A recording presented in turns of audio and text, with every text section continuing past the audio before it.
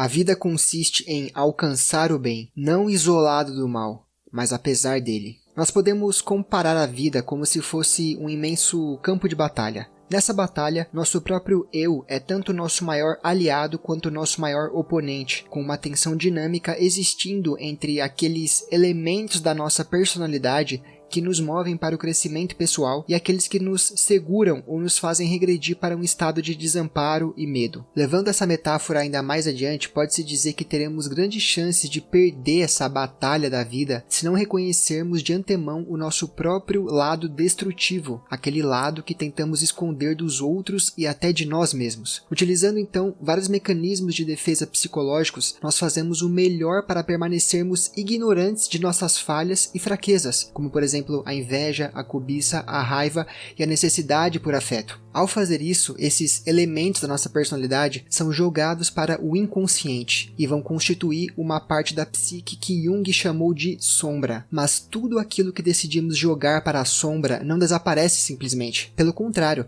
ela passa a exercer influência de modo inconsciente no nosso comportamento e nas nossas atitudes. Há grandes chances de que a nossa sombra esteja operando nos momentos em que exageramos nossos sentimentos de maneira desproporcional à situação, tendo, por exemplo, um ataque de sentimentalismos, quando executamos atos impulsivos e não intencionais, quando sentimos que estamos envergonhados com uma situação ou quando tratamos alguém mal indevidamente. Só que, em vez de assumirmos a responsabilidade por tais ações, muitas vezes nós fazemos uso de um fenômeno psicológico conhecido como projeção, para evitar enfrentar nossa sombra e perceber que aquilo que consideramos repulsivo e inaceitável nas outras pessoas, na verdade, é parte de nós mesmos. Nesse vídeo, nós vamos nos concentrar nos aspectos projetivos da sombra. Eu já fiz 2 vídeos explicando um pouco mais sobre a sombra, e um deles eu explico a parte oposta dela, que é a persona. Se você quiser saber mais sobre esse tema, dá uma conferida na playlist Sombra aqui do canal,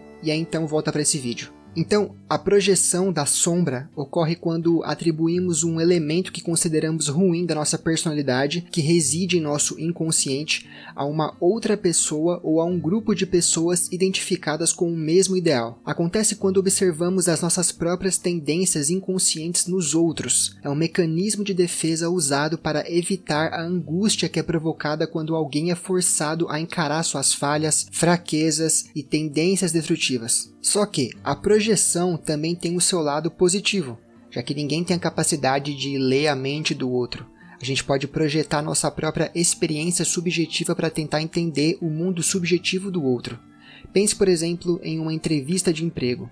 Talvez um fator decisivo que fez com que o entrevistador escolhesse você e não outro candidato para uma vaga de emprego tenha sido uma intuição que fez com que ele sentisse que você fosse a pessoa ideal para o cargo. Ou quando temos desejo de se relacionar com alguém que conhecemos, nós projetamos nossos próprios atributos positivos na outra pessoa. É claro que nem tudo é projeção, senão tudo seria sobre nós mesmos, e não é assim. O traço projetado talvez exista de alguma forma no outro, caso contrário, a projeção não se manteria. Mas é frequente que esse traço não exista no grau que o outro acredita ou vê. Há grande chance de se tratar de uma projeção quando exacerbamos nossos sentimentos e emoções em relação aos outros, como eu já havia dito. Pense, por exemplo, em alguém que faz questão de falar para todo mundo que fulano é invejoso ou que está indignado que fulano fez tal coisa que aparentemente demonstra sua inveja. Talvez você, que está indignado com fulano, seja o invejoso, mas está projetando sua inveja no fulano porque não conseguiria suportar encarar sua própria inveja de frente. É justamente quando as pessoas tentam ser desesperadamente boas e perfeitas que a sombra vai ficando cada vez mais destrutiva e maligna, ou como o próprio Jung explicou, elas estão sempre se esforçando para ser maravilhosas,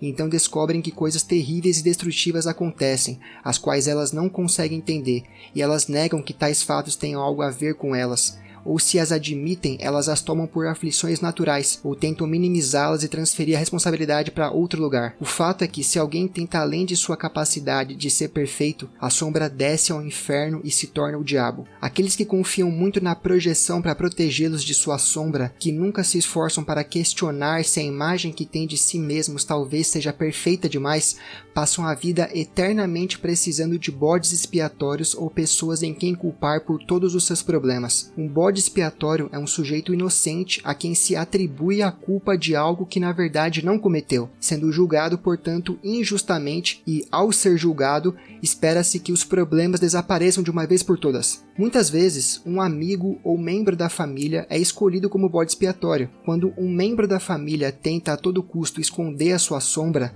ele pode usar o outro familiar como bode expiatório, acusando ele de ser a causa dos seus problemas. E mesmo depois de afastar o bode expiatório, geralmente os problemas persistem mesmo assim. Isso, em alguns casos, estimula alguns a olhar para dentro e a encarar os elementos de sua personalidade que tentaram negar por tanto tempo, ocasionando a reconciliação e o perdão daqueles que foram tidos como bodes expiatórios. Mas, em vez de participar dessa reflexão interna, a maioria das pessoas apenas procura outro bode expiatório e o problema se perpetua. Vamos exemplificar com uma situação cotidiana. Seus colegas de trabalho decidiram criar um grupo no WhatsApp sem os chefes da empresa. Vocês conversam sobre diversas coisas, mas também tem momentos que criticam os chefes, às vezes injustamente, às vezes com alguma razão. No entanto, alguém escreve no grupo para tomar cuidado porque tem alguém denunciando para os chefes tudo aquilo que é dito no grupo. Então, exasperados, todos começam a ruminar sobre quem estaria mandando as mensagens. A criação de um bode expiatório se torna inevitável. Cada um começa a achar que fulano ou ciclano seria o impostor devido aos comportamentos que eles já haviam demonstrado. Aí eles começam a pensar, deve ser fulano porque ele é o mais chegado do chefe. Deve ser o ciclano porque ele é o mais fechado e não sai muito com a gente. Deve ser Beltrana porque ela é puxa-saco dos chefes. Cada um vai tentar esconder ou minimizar suas possibilidades de ser o impostor, seja exacerbando suas indignações ou mesmo se abstendo de toda a confusão. O que vai acontecer é que as coisas não vão voltar ao normal enquanto o bode expiatório não for julgado, dando assim a sensação de que o problema se resolverá. Carl Jung enfatizou que a projeção é um componente inevitável e necessário em nosso desenvolvimento psicológico, pois é um dos principais meios pelos quais podemos obter consciência dos elementos que residem em nosso inconsciente. Depois de projetar um elemento de nosso inconsciente, a coisa saudável a se fazer é reconhecer a origem subjetiva da projeção, retirá-la do mundo externo e integrar esse elemento de nossa personalidade na consciência. Somente retirando nossas projeções e nos conscientizando das falhas que projetamos anteriormente nos outros, podemos esperar tomar medidas corretivas. Esse processo de retirada e integração é uma tarefa difícil, pois exige coragem para enfrentar as próprias fraquezas e qualidades obscuras. René Girard, um historiador e crítico literário francês, ao longo de suas obras explica que os indivíduos enquadrados como bode expiatório são excluídos do restante da população, por conta de suas diferenças e tidos como responsáveis por gerarem a desordem social. Muitas vezes, o bode expiatório precisa ser ostracizado ou até mesmo sacrificado para que só assim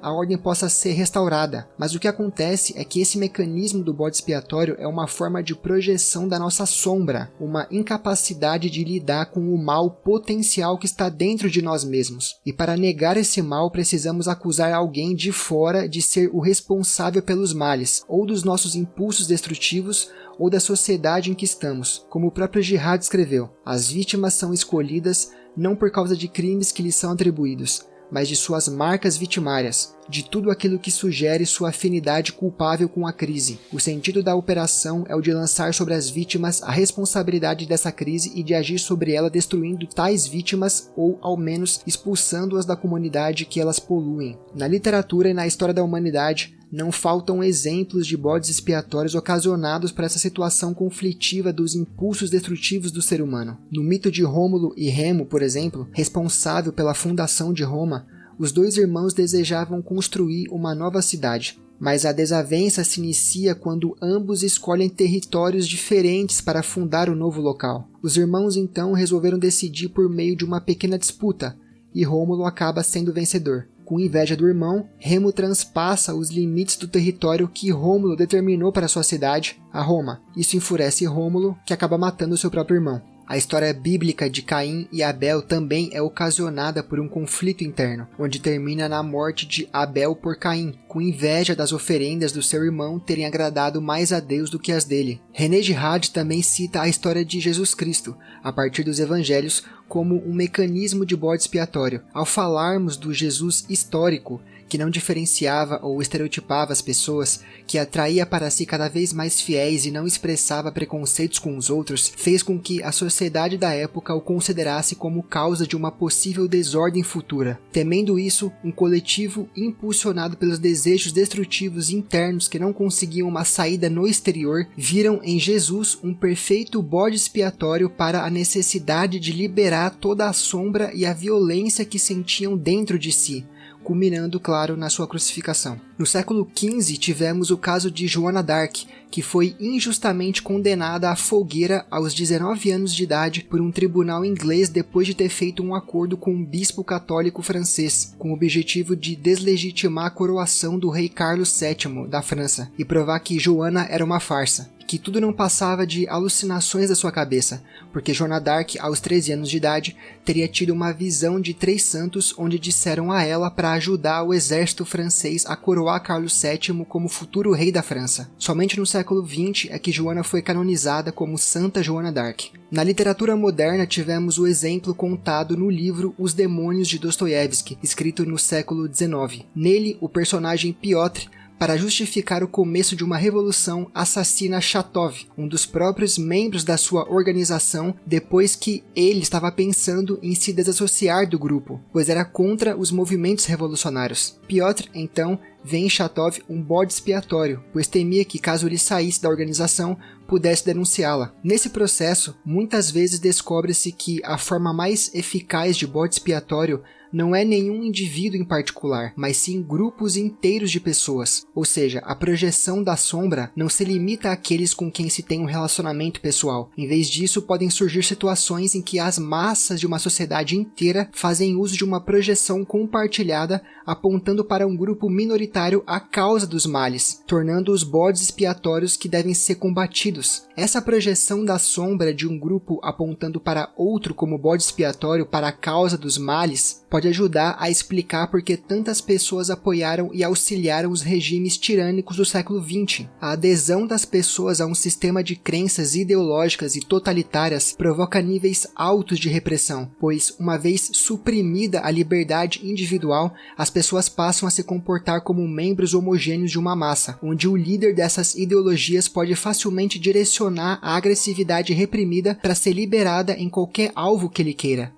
Essa repressão dos impulsos destrutivos cria uma sombra cada vez mais rígida, o que faz com que surja em nós um lado mais bestial e submisso a um ideal. Jung, em uma série de escritos chamados Civilização em Transição, interpretou o caos social criado na Alemanha, na Rússia e na China do século XX como uma manipulação dos tiranos por meio das ideologias coletivistas que, ao usarem de propagandas e dos fortes níveis de agressividade reprimidos da população, ocasionados pelos próprios regimes totalitários, fez com que os tiranos dos regimes pudessem direcionar o olhar dessas pessoas não para a verdadeira fonte das suas misérias, ou seja, o próprio governo totalitário, mas para grupos minoritários. Como bodes expiatórios, esses grupos minoritários foram marcados como a causa do infortúnio e da miséria que afligiam as massas, e portanto como uma fonte de todo o mal que os assolava. Quando visto sob essa luz, não é surpreendente que as massas pudessem ser persuadidas de que era justificado que essas pessoas fossem expulsas da comunidade, presas ou, se necessário, exterminadas. Isso culminou nos horrores dos campos de concentração, nos gulags soviéticos e nas chacinas dos revolucionários do século passado. A projeção no nível de coletivos se torna ainda mais perigosa, pois aqueles em posições de poder podem desviar a atenção de suas próprias atividades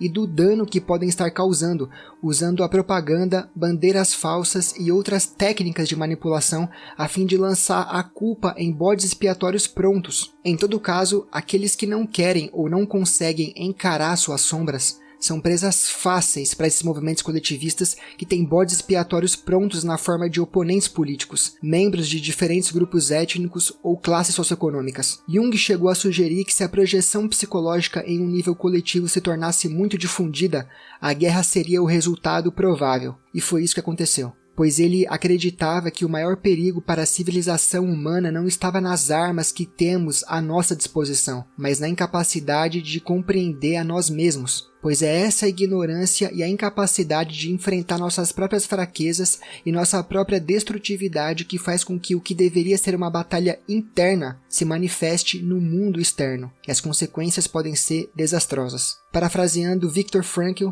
um psiquiatra austríaco, sobrevivente de 4 campos de concentração: se não soubermos quem somos, outros vão dizer para nós o que devemos ser. Não esqueça de conferir os links no primeiro comentário fixado e a descrição do vídeo para encontrar as recomendações de leituras complementares. Eu sou Felipe Luiz, terapeuta e escritor. Até a próxima.